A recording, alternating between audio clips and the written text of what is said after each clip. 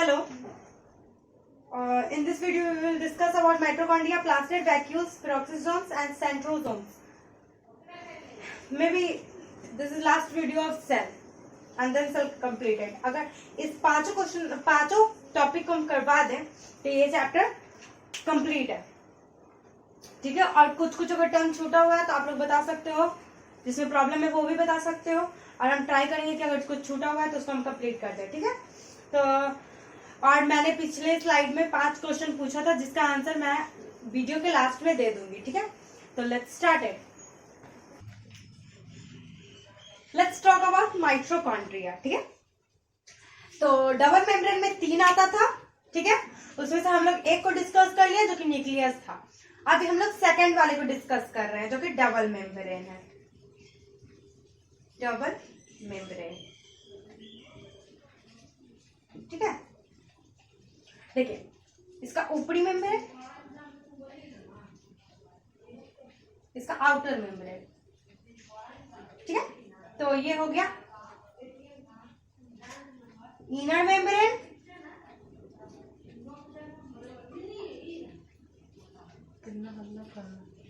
ये हो गया आउटर मेम्ब्रेन।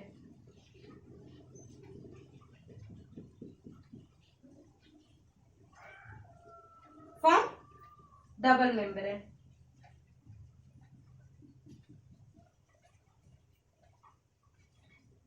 चलिए,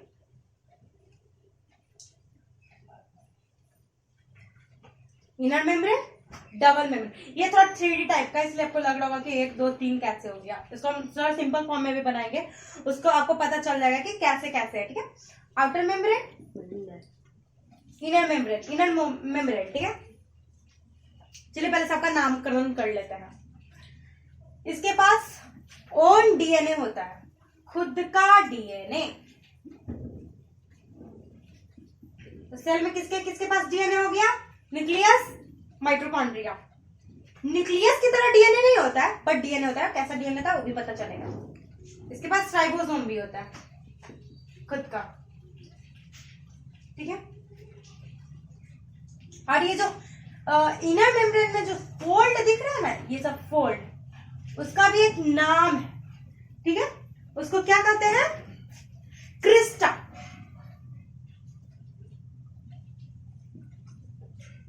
क्रिस्टा, ठीक है। उसको क्रिस्टा कहते हैं। Okay, so let's talk about mitochondria. होता क्या है? देखिए, माइटोकॉन्ड्रिया को हम लोग power house of the cell कहते हैं। जैसे लाइसोसोम को हम लोग सुसाइडल बैग कहते हैं सेल का, और से ही माइटोकॉन्ड्रिया को हम लोग पावर हाउस बोलते हैं ऑफ सेल, ठीक है। पावर हाउस क्यों बोलते हैं? क्योंकि ये एटीपी सिंथेसिस करता है। क्या? ATP synthesise, ATP. और एटीपी क्या है बताए थे? Adenosine triphosphate. इसको क्या कहते हैं? Energy currency of cell. जैसे पैसा हम लोग के लाइफ में करेंसी होता है, तो सेल के लाइफ में करेंसी क्या होता है? ये एटीपी, जो कि एनर्जी के फॉर्म में होता है। इसको हम लोग क्या कहते हैं? Energy currency of cell. Okay, तो लिख लेते हैं एनर्जी करेंसी, ठीक है। और चलिए, हाँ, इसका फुल फॉर्म भी लिख लेते हैं। Adeno triphosphate, adenosine triphosphate. हाँ, चलिए एक बार इसका ओवरव्यू पूरा देखते हैं, ठीक है। माइटोकॉन्ड्रिया को power house of the cell कहते हैं। Power house of the cell क्यों कहते हैं? क्योंकि ये एटीपी जनरेट करता है, एटीपी सिंथेसाइज करता है। अब एटीपी क्या है जिसको ये पावर हाउस कह देते हैं हम लोग? चलिए बेसिक से स्टार्ट करते हैं, एकदम नॉर्मल, ठीक है। चलिए पहले हम लोग जानते हैं ये एटीपी क्या होता है। ये एटीपी किस चिड़िया का नाम है भले? तो पहली बात, एटीपी का फुल फॉर्म एडिनोसाइन ट्राइफॉस्फेट, ठीक है। ये एनर्जी करेंसी ऑफ सेल है। जैसे आपके लाइफ का करेंसी क्या है, आप इंडिया में रहते हो, इंडिया में रहते हो तो आपका करेंसी क्या है, रुपीज, 1 रुपीज, 2 रुपीज, 10 रुपीज। तो इससे आपका लाइफ चल रहा है। लाइक आप कुछ सामान लेते भी हो तो यही चलता है। तो सब चीज में इसका काम आता है पैसा का, ठीक है। तो सेल को भी पैसे का मतलब एनर्जी चाहिए, कहीं पे खर्च करने के लिए चाहिए। तो उसके खर्च करने के लिए एटीपी आता है, जिसको एनर्जी करेंसी ऑफ सेल कहते हैं। जिसका सेल का सारा एक्टिविटी एनर्जी पे चल रहा होता है। हम लोग फूड क्यों लेते हैं, एनर्जी के लिए। तो यही इसी के रूप में एनर्जी आता है, एनर्जी करेंसी। जैसे हम लोग का सारा केमिकल एक्टिविटी को जैसे हम लोग को सारा लाइफ के एक्टिविटी को करने के लिए एनर्जी चाहिए। एनर्जी किस फॉर्म में चाहिए, एटीपी के फॉर्म में चाहिए, ठीक है। हम लोग को एनर्जी किस फॉर्म में चाहिए, एटीपी के फॉर्म में चाहिए। तो इतना तो पता चल गया कि एटीपी क्या है, एडिनोसाइन ट्राइफॉस्फेट। ये एनर्जी करेंसी ऑफ सेल है। ये हमेशा याद रखिएगा आप लोग, लाइफ टाइम तक आप लोग को साथ नहीं छोड़ेगा, आप जब तक बायो से जोड़े रहेंगे। ATP energy currency of cell है। सारा केमिकल एक्टिविटी परफॉर्म करने के लिए सेल को क्या चाहिए, एनर्जी। एनर्जी किस फॉर्म में चाहिए, एटीपी के फॉर्म में, ठीक है। इसका फुल फॉर्म एडिनोसाइन ट्राइफॉस्फेट। और इस एटीपी को कौन बनाता है, इस एटीपी को माइटोकॉन्ड्रिया बनाता है। That's why it is called power house of the cell. Powerhouse क्यों, बिजली कहां से आती है, इसको हम लोग पावर हाउस कहते हैं, ठीक है। एनर्जी, तो इसका एनर्जी कहां से आ रहा है, माइटोकॉन्ड्रिया से, एटीपी के फॉर्म में। That's why it is called power house of the cell. ATP को कौन सिंथेसाइज करता है, mitochondria. That's why it is called powerhouse of the cell. Why mitochondria is called powerhouse of the cell? Because it synthesizes ATP and ATP is the energy currency of cell. And in all chemical activity of cell needed energy in the form of ATP. It have a double membrane, inner membrane, outer membrane. Mitochondria के inner membrane में बहुत सारे folds होते हैं, जिसको हम लोग Crysta या क्रिस्टी बोलते हैं, ठीक है। इनर मेम्ब्रेन के, माइटोकॉन्ड्रिया के इनर मेम्ब्रेन में बहुत सारे फोल्ड्स होते हैं, ऐसे है ना, फोल्ड, बहुत सारे फोल्ड्स होते हैं। क्यों, इस फोल्ड्स को हम लोग क्या कहते हैं, क्रिस्टा। अब आप पूछोगे कि आपके मन में ऐसा क्वेश्चन आ सकते हैं कि इस फोल्ड का क्या काम है, फोल्ड क्यों बनते हैं। तो इस सरफेस एरिया को इंक्रीज करने के लिए, ठीक है। अगर मान लो इस फोल्ड को हम लोग खोल देते हैं तो कितना बड़ा हो जाएगा, आउटर मेम्ब्रेन से भी बड़ा हो जाएगा अगर इस फोल्ड को हम लोग खोल देते हैं तो, ठीक है। ये सरफेस एरिया को इंक्रीज करने के लिए ऐसा फोल्ड बना दिया जाता है कि सरफेस एरिया इसमें बढ़ जाए, ठीक है। क्योंकि आप हायर क्लास में पढ़ोगे कि एटीपी इसके इनर मेम्ब्रेन के सरफेस पे ही बनता है। तो इसको अगर इसके मेम्ब्रेन पे एटीपी बनाना है तो इसको तो ज्यादा होना चाहिए, लेकिन ये इनर मेम्ब्रेन, दैट्स व्हाई इसमें फोल्ड्स आ जाते हैं ताकि इसका सरफेस एरिया बढ़ जाए, इंक्रीज हो जाए। दैट्स व्हाई इसमें इनर मेम्ब्रेन में फोल्ड हो जाता है और इस फोल्ड को क्या कहते हैं, क्रिस्टा या क्रिस्टी, ठीक है।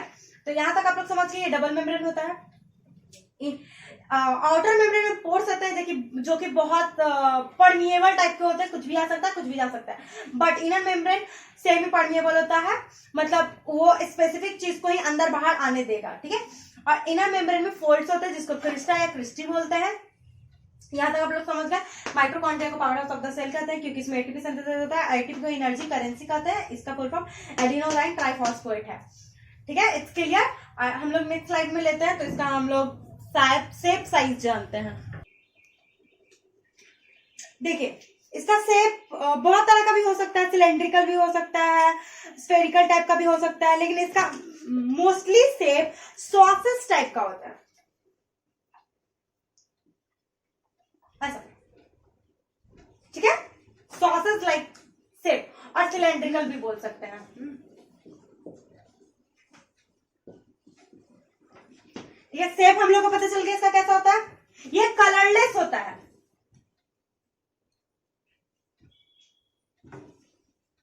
अभी हम लोग क्लोरोप्लास्ट पढ़ेंगे ना, तो उसमें कलर होता है, बट ये कलरलेस होता है, ठीक है। तो आप इसके बारे में दो चीज और जाने, शेप, सॉसेज और सिलेंड्रिकल, और ये कलरलेस होता है, ठीक है। नेक्स्ट वी टॉक अबाउट, इसका खुद का डीएनए होता है और इसका खुद का राइबोसोम होता है। इसका डीएनए जो होता है वो कैसा होता है, सिंगल सेलुलर डीएनए होता है। सिंगल सेलुलर डीएनए किस टाइप का, सिंगल सेलुलर। बट न्यूक्लियस में डीएनए कैसे होता है, डबल स्टैंडर्ड, ऐसा कुछ, लेकिन इसमें सिंगल और सेलुलर होता है। ठीक है, तो इसके पास राइबोसोम भी है, डीएनए भी है, तो ये खुद को मल्टीप्लाई कर सकता है और खुद का कुछ प्रोटीन बना सकता है, इसीलिए इसको सेमी ऑटोनॉमस कहते हैं। सेमी ऑटोनॉमस मीन्स कि ये खुद से सारा वर्क तो नहीं कर सकता, लेकिन ये खुद से खुद को मल्टीप्लाई कर सकता है और खुद से कुछ प्रोटीन बना सकता है, इसलिए सेमी ऑटोनॉमस। पूरा ऑटोनॉमस नहीं है, पूरा ऑटोनॉमस तो एक सेल हो गया, क्योंकि इसके अंदर न्यूक्लियस प्रेजेंट है और न्यूक्लियस के अंदर वेरी वेल डेवलप्ड न्यूक्लियस के अंदर डीएनए प्रेजेंट है। ठीक है, लेकिन इसके अंदर भी लाइक जैसे प्रोकैरियोट्स होता है ना, तो उसके अंदर कुछ डीएनए प्रेजेंट होता है, उसी तरह का इसके अंदर भी कुछ डीएनए प्रेजेंट होता है जिसको सिंगल सेलुलर कहते हैं, और कुछ राइबोसोम प्रेजेंट होता है। इस डीएनए की वजह से ये खुद को मल्टीप्लाई कर सकता है, राइबोसोम्स के हेल्प से ये खुद का कुछ प्रोटीन बना सकता है। तो ये इसका बहुत इंपॉर्टेंट लाइन कि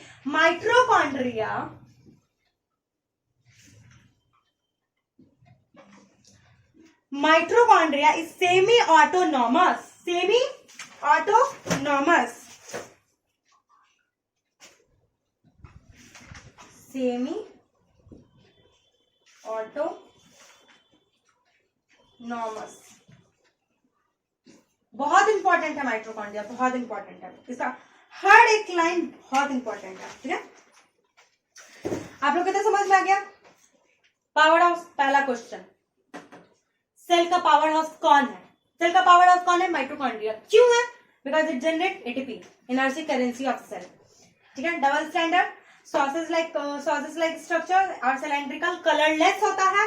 इसके पास खुद का डीएनए और खुद का राइबोसोम है, खुद को मल्टीप्लाई भी कर सकता है, खुद का कुछ प्रोटीन भी बना सकता है। That's why it is called semi autonomous, fully autonomous नहीं, सेमी ऑटोनॉमस। कंप्लीट। और कुछ आपको पढ़ना है? हाँ, देखिए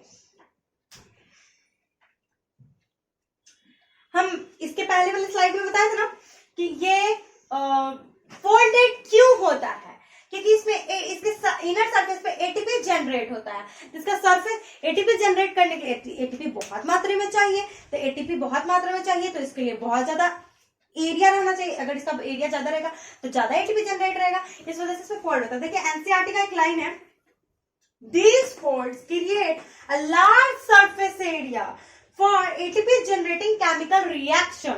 इस लाइन का यही सिंपल सा मतलब है कि इनर सरफेस में फोल्ड्स होते हैं जो कि एटीपी जनरेशन में, जैसे केमिकल रिएक्शन में जो एटीपी का जरूरत पड़ता है, एटीपी जनरेशन में के लिए चाहिए, उसके लिए इंपॉर्टेंट है फोल्ड होना। इसके लिए सरफेस एरिया को ये बढ़ा देता है कि ज्यादा एटीपी जनरेट हो केमिकल रिएक्शन के दौरान। ठीक है, और आपको कुछ पढ़ना है?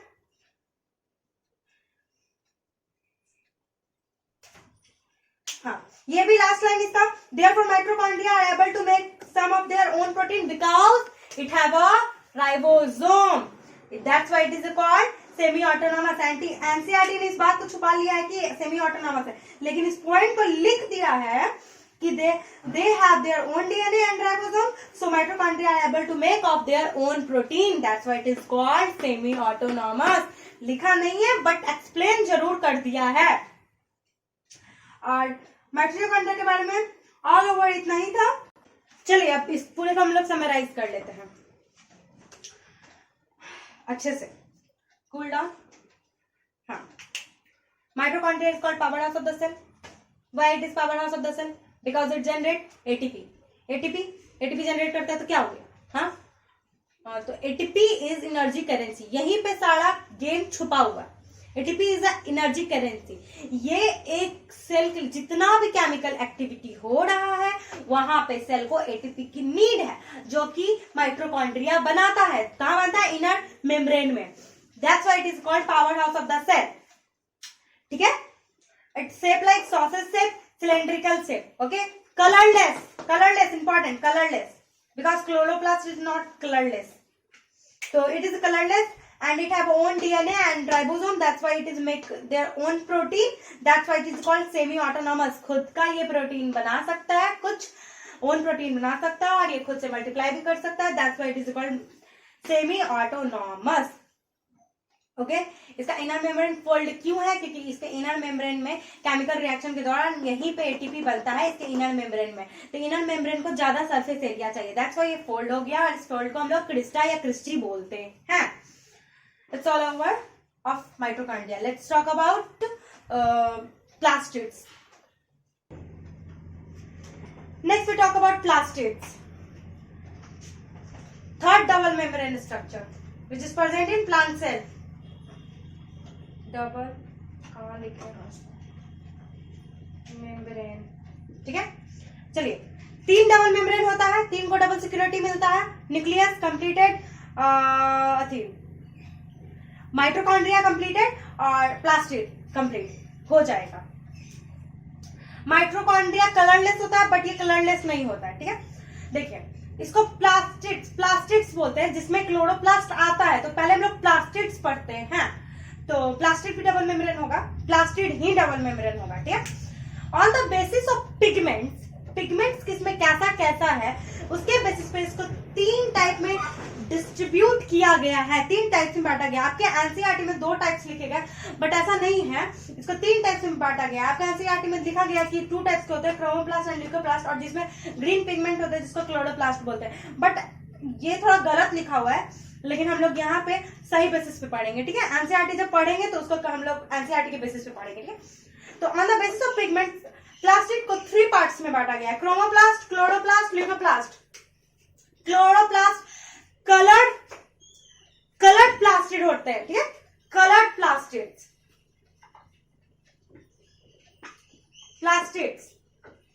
एक्सेप्ट ग्रीन, इसमें ग्रीन कलर नहीं होगा.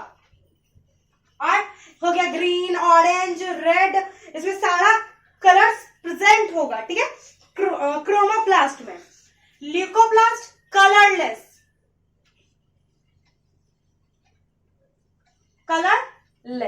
और क्लोरोप्लास्ट जिसमें ग्रीन कलर का पिगमेंट प्रेजेंट हो, ग्रीन कलर. ठीक है, तो अब हम लोग एक एक करके, जैसे हम लोग तो इसके बारे में इतना ही पढ़ना था, ये दोनों के बारे में. हम लोग को क्लोरोप्लास्ट थोड़ा डिटेल में पढ़ना है. ठीक है, because chloroplast help in photosynthesis. ठीक है, तो क्रोमोप्लास्ट क्या होते हैं? कलर्ड प्लास्टिड एक्सेप्ट ग्रीन, ये ग्रीन कलर के होता है. पिगमेंट कहीं है ही किसमें कैसा कलर है, तो ये कलर प्लास्टिड एक्सेप्ट ग्रीन, ये ग्रीन कलर का, और ये कलरलेस. ठीक है, तो हम लोग एक एक करके डिटेल से पढ़ते हैं.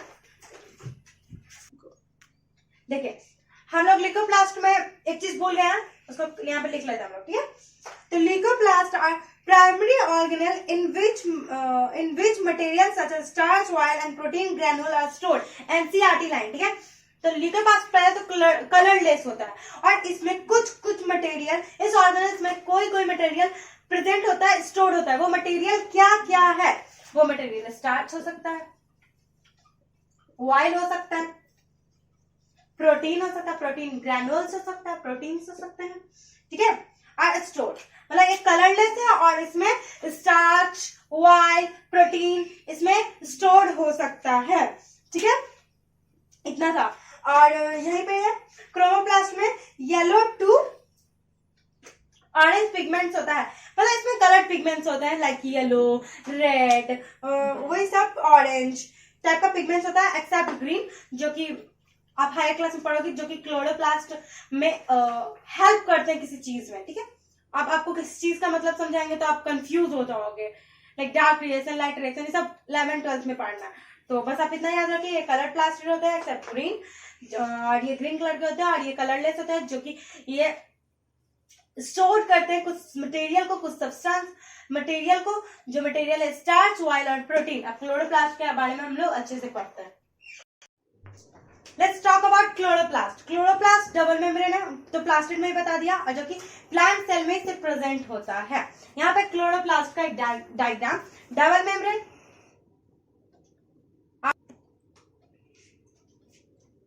Outer membrane, inner membrane.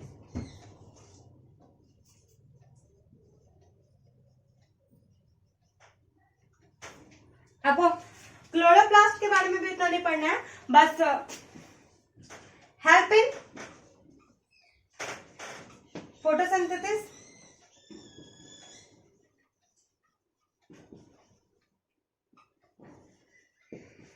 इसमें ग्रीन पिगमेंट प्रेजेंट होता है जिसको क्या कहते हैं, क्लोरोफिल। ग्रीन पिगमेंट के प्रेजेंट होने के कारण ये कैसा दिखता है, ग्रीन कलर का। Green pigment present called chlorophyll.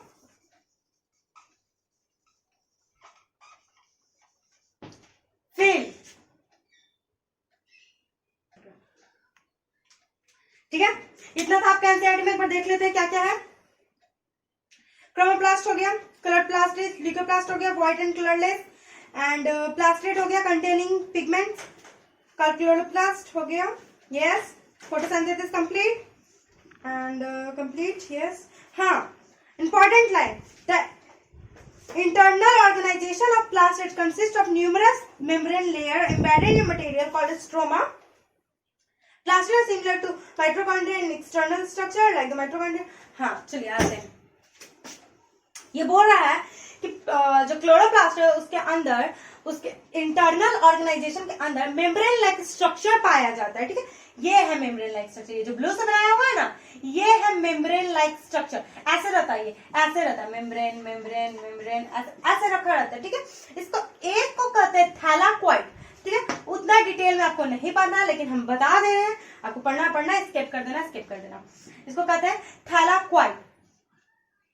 एक को एक, ये क्वाइन लाइक स्ट्रक्चर है ना, उसको कहते हैं थैलाक्वाइड। और ये जो पूरा जो एनसीईआरटी हम लोग को बताया है कि इंटरनल ऑर्गेनाइजेशन के अंदर मेम्ब्रेन लाइक स्ट्रक्चर प्रेजेंट होता है, जिस ग्राना, ये पूरे को ग्राना, और ये जिसमें एम्बेडेड होता है, ये मेम्ब्रेन लाइक स्ट्रक्चर जिसमें एम्बेडेड होता है, ये मैट्रिक्स में, उसको कहते हैं stroma. Matrix is called stroma. ठीक है, तो वही लिखा हुआ था, वही एनसीईआरटी में लिखा हुआ था, internal organization of plastid internal organization of plastid contains numerous of membrane like layer embedded in material, it is called stroma. internal organization जो membrane like structure है, जिस चीज में embedded है, जिस चीज में embedded उसको स्ट्रोमा कहते हैं। मतलब ये स्ट्रोमा में embedded है, मतलब ये जो मैट्रिक्स है पूरा, इसको हम लोग स्ट्रोमा बोल रहे हैं। एक single coin like structure called thylakoid, ये पूरा स्ट्रक्चर कॉल्ड ग्राना। ठीक है, लाइक माइटोकॉन्ड्रिया, आपके एनसीईआरटी में लिखा हुआ है कि माइटोकॉन्ड्रिया की जैसा क्लोरोप्लास्ट सेम है इन एक्सटर्नल स्ट्रक्चर, बाहरी तौर से, नॉट इंटरनल। ठीक है, इसके पास भी ओन डीएनए होता है, ओन डीएनए होता है, और ओन राइबोसोम्स भी होते हैं। ठीक है, तो लाइक माइटोकॉन्ड्रिया क्या था, सेमी ऑटोनॉमस, क्योंकि इसके पास डीएनए था, राइबोसोम था। इसके पास भी डीएनए और राइबोसोम है, ये खुद को मल्टीप्लाई कर सकता है और ये अपना खुद का प्रोटीन बना सकता है। That's why it is called chloroplast, is called semi autonomous. तो हम लोग पूरे सेल ऑर्गेनाइज में पढ़े कि दो ही ऐसा जगह है except nucleus, double membrane except nucleus, जहां पे खुद का डीएनए और खुद का राइबोसोम है, जो कि क्लोरोप्लास्ट है और माइटोकॉन्ड्रिया। आप ऐसे ध्यान दियोगे कि तीनों डबल मेम्ब्रेन, न्यूक्लियस जिसके पास तो वेल डिफाइंड डीएनए, और एक्सेप्ट न्यूक्लियस को छोड़ के क्लोरोप्लास्ट और माइटोकॉन्ड्रिया दोनों में डबल मेम्ब्रेन भी है, ओन डीएनए भी है, बट न्यूक्लियस की तरह नहीं है, ओन राइबोसोम भी है। तो ये खुद का भी प्रोटीन भी बना सकता है, खुद रेप्लिकेट भी कर सकता है। That's why mitochondria and chloroplast is called semi autonomous organelle. ठीक है, तो it's done about chloroplast. Let's talk about vacuoles, NCERT का लास्ट टॉपिक वैक्यूल्स। ठीक है, तो हम लोग वैक्यूल्स के बारे में जानते हैं। वैक्यूल्स का क्या रोल होता है? वैक्यूल्स का रोल होता है इन storage. What? In storage.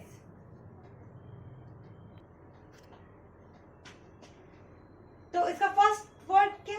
First word क्या? इसका वर्ड ही है स्टोरेज, इसीलिए इसको स्टोरेज सैक भी बोलते हैं, स्टोरेज सैक भी बोलते हैं। ठीक है, अब ये क्या चीज का स्टोरेज करता है? ये सॉलिड का भी स्टोरेज कर सकता है और ये लिक्विड सॉलिड कंटेंट्स का भी स्टोरेज कर सकता है और लिक्विड कंटेंट्स का भी स्टोरेज कर सकता है, ठीक है ना। तो इतना तो हम लोग जान गए कि ये स्टोरेज करता है, ठीक है। इन एनिमल सेल ये किस रूप में रहता है, ये छोटे छोटे वेसिकल्स के रूप में रहता है, ठीक है ना, छोटे छोटे वेसिकल्स के रूप में रहता है। और एनिमल सेल में ये किस चीज में हेल्प करता है, to store some protein and glycogens, to store, आप बस इतना याद रखो, टू स्टोर प्रोटीन, ठीक है।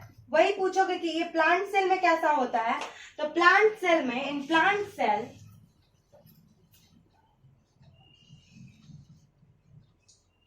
ये पूरे सेल का 50 to 90% ले लेता है। देखिए प्लांट सेल में ये प्लांट का 50 to 90% स्पेस ले लेता है, उसका वॉल्यूम ले लेता है। मानिए ये सेल है जिसका 50 to 90% इसके अंदर वैक्यूल ही होता है। ये it is a major difference कि प्लांट सेल में वैक्यूल बड़ा होता है, एनिमल सेल में छोटा होता है। प्लांट सेल में या पे एनसीईआरटी का डाटा है 50 to 90% ये सेल वॉल्यूम का 50 to 90% ये स्पेस ले लेता है, ठीक है। तो ये हेल्प किस चीज में करता है प्लांट सेल में? प्लांट सेल में ये टर्जिडिटी और रिजिडिटी को बढ़ाने, मेंटेन करने में हेल्प करता है। टर्जिडिटी और रिजिडिटी को मेंटेन करने में हेल्प करता है। और देखिए यहाँ पे आ जाते हैं, हाँ एक बात आप याद रखिएगा, ये जैसे ही बड़ा होगा न्यूक्लियस, माइटोकॉन्ड्रिया सब इधर इधर डिस्प्लेस हो जाएगा, मतलब सेल बाउंड्री के पास में, ठीक है ना। तो वही लिखा हुआ है, वही बोल रहा है बुक कि जो वैक्यूल के बड़ा होने के कारण प्लांट सेल में इसके जितने भी ऑर्गेनेल्स होते हैं, न्यूक्लियस होते हैं, वो सेल बाउंड्री की तरफ सेटल हो जाते हैं या डिस्प्लेस्ड हो जाते हैं, ठीक है। अब तो ये सेल था, इसे इस वैक्यूल को बाहर निकालते हैं, ये वैक्यूल है, ये वैक्यूल का सिंगल मेम्ब्रेन होता है, ठीक है, सिंगल मेम्ब्रेन होता है। तो वैक्यूल के मेम्ब्रेन को हम इधर बना देते हैं, शायद आपको दिखे ना। वैक्यूल के मेम्ब्रेन को, वैक्यूल है ये, वैक्यूल्स के मेम्ब्रेन को हम लोग टोनोप्लास्ट बोलते हैं। क्या बोलते हैं? Tonoplast, tonoplast. तो ये बात आप लोग ध्यान रखिएगा कि जो वैक्यूल का जो मेम्ब्रेन है उसको हम लोग टोनोप्लास्ट बोलते हैं। क्या बोलते हैं? टोनोप्लास्ट। और इसके अंदर जो वाटरी सब्सटेंस पड़ा हुआ है, मतलब जो इसका फ्लूइड है, उसको सेल सैप बोलते हैं। Cell sap. ऐसा पढ़िए बायो की याद हो जाए, बाद में आपको देखना ना पड़ेगी, याद हो जाए आपको। और ये जो सेल सैप होता है जो कि वाटरी सॉल्यूशन है, एक तरह से ये वाटरी सॉल्यूशन है। क्या है?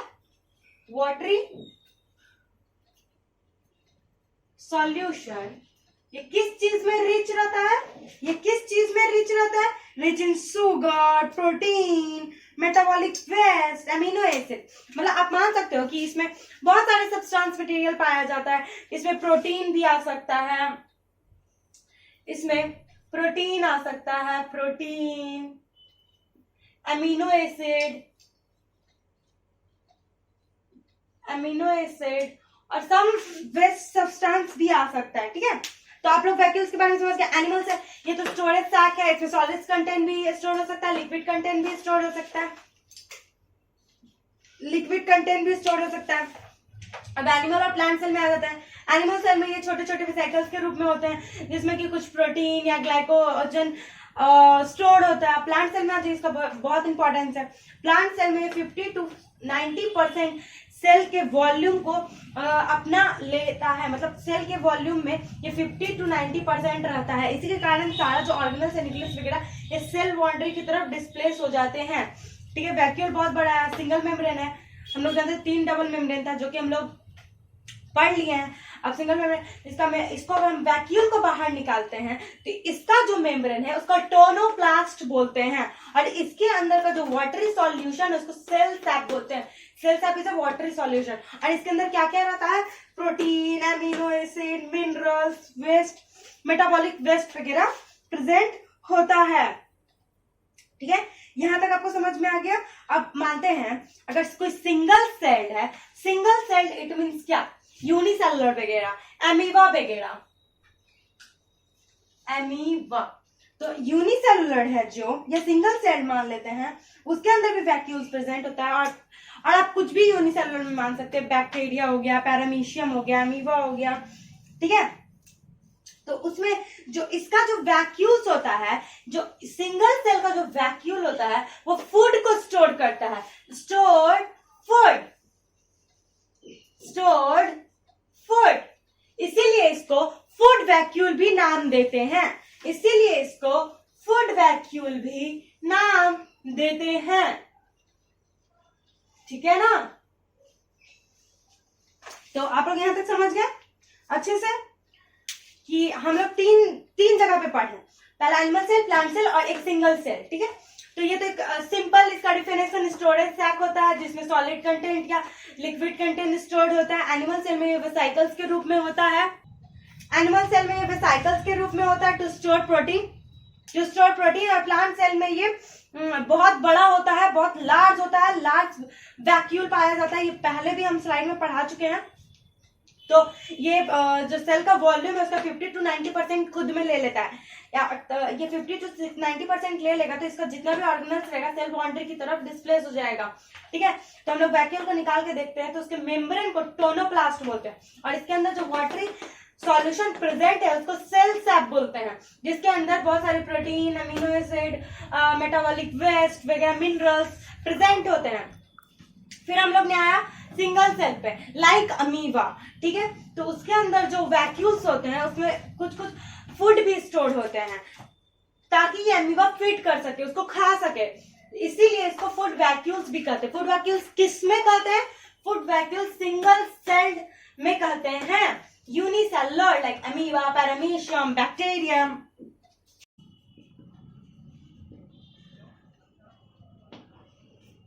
ठीक है, और इसका सबसे इंपॉर्टेंट फंक्शन जो कि सिंगल सेल के लिए डिफाइंड है, सिंगल सेल के लिए ये था, दोनों के लिए प्लांट सेल, एनिमल सेल, ये था प्लांट सेल के लिए, और ये सिंगल सेल के लिए डिफाइंड है कि सिंगल सेल में excretion, expelling water and some waste, मतलब कि वाटर को बाहर निकालने के लिए, जैसे वैक्यूल गया और ये प्लाज्मा मेम्ब्रेन में फ्यूज हो गया, और फ्यूज होकर इसको ऐसे कर दिया और यहाँ से सब चीज रिलीज कर दिया, तो इसको इसे रिलीज एक्सपेलिंग वाटर भी, एक्सेस वाटर भी कर सकता है, सम वेस्ट भी कर सकता है। तो release of excess water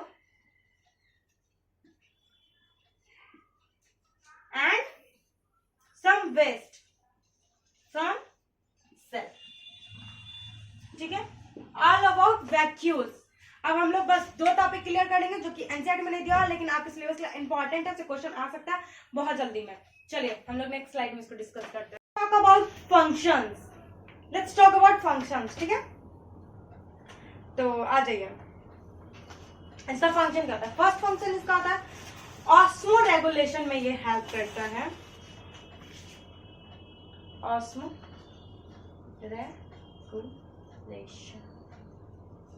osmotic pressure को मेंटेन करना है, ऑस्मोटिक प्रेशर मेंटेन। ठीक है, और इसका वर्क होता है destroy toxic metabolic by product and in product of the plant cell. ये मतलब कि जो टॉक्सिक सब्सटेंस है प्लांट सेल में जो बन रहा है या उसका एंड प्रोडक्ट है, मतलब किसी भी चीज का, उसको ये स्टोर कर लेता है अपने अंदर। तो स्टोर टॉक्सिक सब्सटेंसेस। ठीक है, और इसका ये सेल को, प्लांट सेल को टर्जिडिटी एंड रिजिडिटी देता है, टर्जिडिटी एंड रिजिडिटी।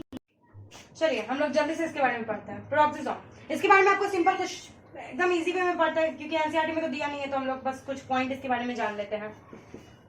देखिए फर्स्ट ऑफ ऑल ये सिंगल मेम्ब्रेन, क्योंकि डबल मेम्ब्रेन सिर्फ 3 में रहता है, nucleus, chloroplast and mitochondria. Chloroplast मतलब प्लास्टिड में, ठीक है, क्योंकि प्लास्टिड का ही एक फॉर्म है, पिगमेंटेड फॉर्म है क्लोरोप्लास्ट, ठीक है ना। तो चलिए ये सिंगल मेम्ब्रेन होता है। एक बात और बताना चाहेंगे, मैंने एक यूट्यूब चैनल देखा था जिसमें पेरोक्सिसम को डबल मेम्ब्रेन बताया जा रहा था, ठीक है ना, और स्टार्टिंग में ही, वीडियो के स्टार्टिंग में ही, ठीक है, तो बिल्कुल गलत है, ऐसे गलत इंफॉर्मेशन है सब, ठीक है। ये सिंगल मेम्ब्रेन ही होता है, आप लोग कहीं पे भी बुक पे गूगल पे सर्च कर सकते हो। और उन्होंने जिसका भी चैनल था, उन्होंने सबसे फर्स्ट वीडियो में दिख रहा था वो डबल मेम्ब्रेन है, but it is not double membrane, ठीक है। आप लोग गलत इंफॉर्मेशन मत लो किसी से, ठीक है। चलिए ये सिंगल मेम्ब्रेन होता है, क्योंकि डबल मेम्ब्रेन सिर्फ 3 में होता है, nucleus, chloroplast and mitochondria. Chloroplast किसका पिगमेंटेड टाइप है? प्लास्टिड्स का, तो प्लास्टिड में भी क्या रहेगा? डबल मेम्ब्रेन रहेगा। चलिए पेरोक्सिसम कैसे शेप में रहता है समझ लेते हैं। पेरोक्सिसम बहुत स्मॉल स्मॉल रहता है, जैसे वैक्यूल्स होता है, बहुत स्मॉल स्मॉल होता है, ऐसे ऐसे ऐसे स्फेरिकल शेप का होता है, और ये ग्रेनुअल लाइक स्ट्रक्चर होता है, ठीक है। कैसे राइबोसोम्स वगैरह होते हैं, ग्रेनुअल टाइप का लगता है, बस उस तरह का ये होता है, ठीक है ना। ऐसे छोटे छोटे स्ट्रक्चर के तौर पे रहता है। इसका शेप स्फेरिकल हो जाएगा, जिसको हम लोग क्या बोलते हैं, बोल सकते हैं small and spherical organelles. Granule बोल सकते हैं, क्रिस्टलाइज फॉर्म में बोल सकते हैं कि क्रिस्टल की तरह छोटे छोटे ये दिख रहा है, ठीक है। इसका सबसे मेन फंक्शन है containing powerful oxidative enzyme, containing powerful oxidative enzyme, ठीक है। ऑक्सीडेटिव एंजाइम मतलब क्या? जो मतलब ऑक्सीजन को ब्रेक कर सके, ऑक्सीडेटिव एंजाइम, ठीक है, जो ऑक्सीडेशन के प्रोसेस में यूज हो सके। आप लोग बस इतना नहीं समझना, बस आप लोग इतना जानो ये सिंगल मेम्ब्रेन होता है, ये स्मॉल और स्फेरिकल ऑर्गेनल होता है, और ये क्या करता है, कंटेन पावरफुल ऑक्सीडेटिव एंजाइम, बस ऑल ओवर पेरोक्सिसम आपके लेवल पर, ठीक है। लेट्स स्टार्ट सेंट्रोसोम, ठीक है। तो 3 double membrane, nucleus, chloroplast, mitochondria, और 2 non membrane, first ribosome, second centrosome, non membranous. तो पहला पॉइंट इसका क्या लिखना है, इट इज नन मेम्ब्रेनस। 2 ही नन मेम्ब्रेनस होता है और 3 डबल मेम्ब्रेन है, बाद बाकी सारा सिंगल मेम्ब्रेन, नन मेम्ब्रेनस, ठीक है। इसका 2 मतलब 2 क्या बोल सकते हैं, इसका 2 पार्ट्स होते हैं, ठीक है। इसका 2 टाइप्स के ग्रैन्यूल से बने हुए होते हैं, ठीक है ना। तो एक ऐसे रहता है परपेंडिकुलर टू ईच अदर, समझ गए ना। इस दोनों को हम लोग क्या बोलते हैं, सेंट्रियोल्स, ठीक है ना। इसको चलिए हम लोग स्टार्ट करते हैं। जो हम प्रीवियस वीडियो में 5 क्वेश्चन दिए थे, और इस वीडियो में बोले थे कि नेक्स्ट इस वीडियो में लास्ट में बता देंगे, और उस वीडियो के लास्ट में हम 5 क्वेश्चन दिए थे आप लोग को, ठीक है ना। तो हम लोग उसको स्टार्ट करते हैं, डिस्कस करते हैं वो 5 क्वेश्चन। अगर आपको आता हो तो आप लोग देख के आंसर बता सकते हो, कमेंट कर सकते हो, और नहीं आता तो सुन लो। पहला क्वेश्चन ये था कि जो ईआर है, ईआर का आरडीआर, जो एसईआर, आरडीआर जो प्रोटीन सिंथेसिस करता है और एसईआर जो लिपिड सिंथेसिस करता है, वो दोनों मिलकर सेल मेम्ब्रेन को बनाते हैं, ठीक है ना। सेल मेम्ब्रेन के प्रोसेस में हेल्प करते हैं। उस प्रोसेस को हम लोग क्या बोलते हैं, उस प्रोसेस को हम लोग बोलते हैं मेम्ब्रेन बायोजेनेसिस। तो उस प्रोसेस का मैंने नाम पूछा था, उस प्रोसेस का नाम क्या है, मेम्ब्रेन बायोजेनेसिस, ठीक है। दूसरा क्वेश्चन पूछे थे कि सिस फेस को क्या कहते हैं और ट्रांस फेस को क्या कहते हैं, गोल्गी apparatus का। तो सिस फेस को फॉर्मिंग फेस बोलते हैं और ट्रांस फेस को मैच्योरिंग फेस बोलते हैं। थर्ड क्वेश्चन था हम लोग का कि जो डाइजेस्टिव एंजाइम है, जो अगर सीक्वेंस चेंज हो गया क्वेश्चन का तो आप लोग देख लेना प्रीवियस वीडियो क्या था सीक्वेंस, ठीक है ना। हमको जैसे याद आ रहा है 5 क्वेश्चन हम दिए थे वैसे बता दे रहे हैं कि जो डाइजेस्टिव एंजाइम्स है लाइसोसोम का, वो कौन बनाता है, लाइसोसोम्स का डाइजेस्टिव एंजाइम कौन बनाता है। तो लाइसोसोम का डाइजेस्टिव एंजाइम आरडीआर बनाता है। आरडीआर का भी फंक्शन हो गया कि इसका क्या फंक्शन है, तो ये लाइसोसोम का डाइजेस्टिव एंजाइम बनाता है। चौथा क्वेश्चन था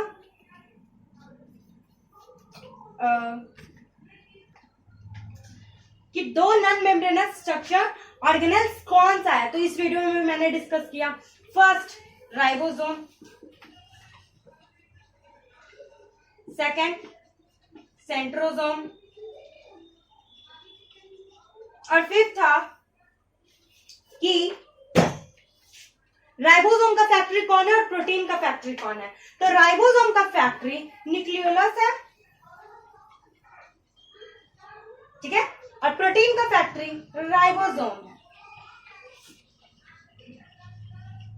फैक्ट्री ऑफ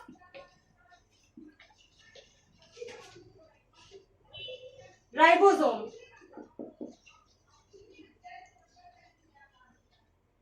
और ये फैक्ट्री ऑफ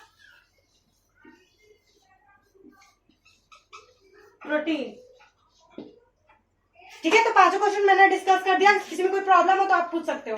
इसको सेंट्रियोल्स बोलते हैं और दोनों को मिला के क्या बोलते हैं, सेंट्रोसोम, ठीक है। नॉन मेम्ब्रेनस स्ट्रक्चर, और दोनों सेंट्रियोल्स एक दूसरे के परपेंडिकुलर होते हैं। क्या होते हैं, परपेंडिकुलर होते हैं। और एक और इंपॉर्टेंट पॉइंट, यह प्लांट सेल में एब्सेंट होते हैं।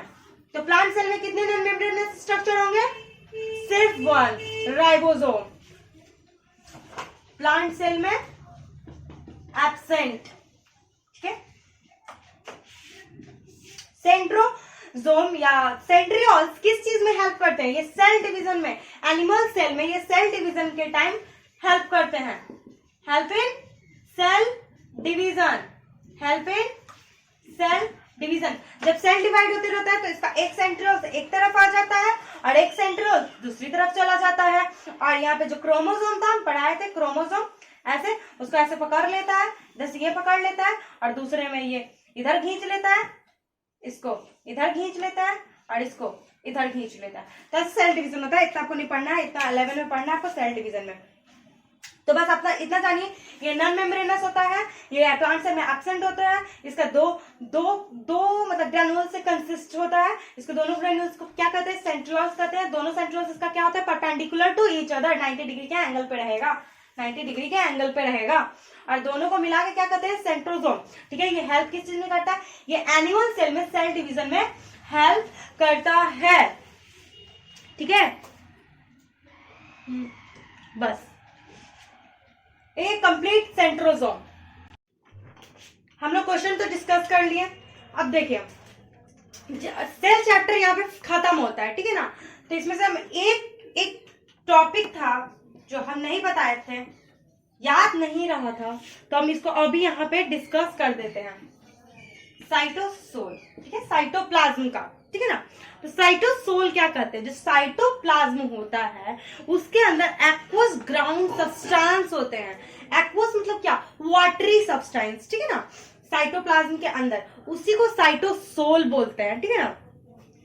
तो हम लोग क्या लिख सकते हैं, cytoplasm consists of aqueous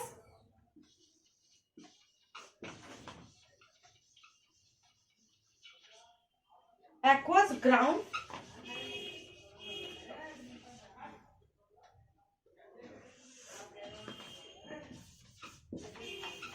substances, ठीक है। तो आप लोग साइटोसोल लिख लीजिएगा साइटोप्लाज्म में, कि ये साइटोप्लाज्म में जो एक्वस ग्राउंड सब्सटेंस होते हैं, जो ये मानते हैं साइटोप्लाज्म में, न्यूक्लियस को हटा देते हैं, ये साइटोप्लाज्म है, इसमें कोई एक्वस ग्राउंड सब्सटेंस होते हैं ना, इसी को हम लोग साइटोसोल कहते हैं, साइटोप्लाज्म के अंदर, ठीक है। तो ये, और अगर आपको कोई लगता है कि कोई हमसे टॉपिक छूटा है या कोई टर्म छूटा है तो आप उसको कमेंट बॉक्स में लिखें। ओके, चलिए हम लोग का सेल खत्म होता है। ओके, तो आपको सेल चैप्टर में से कुछ भी जो चीज ना समझ में या हो उसको कमेंट कीजिएगा, और हम ऐसा पढ़ाएं कि आपको याद हो जाएगा, ठीक है। और ऐसा हम सोचे हैं कि एनसीईआरटी पे वीडियो डालने के लिए जो कि 1 शॉट होगा, ठीक है ना। अगर आपको उसको देखना होगा तो हम लोग के चैनल पे आइएगा, ठीक है। एंड डू दिस लाइक से and subscribe. Thank you very much.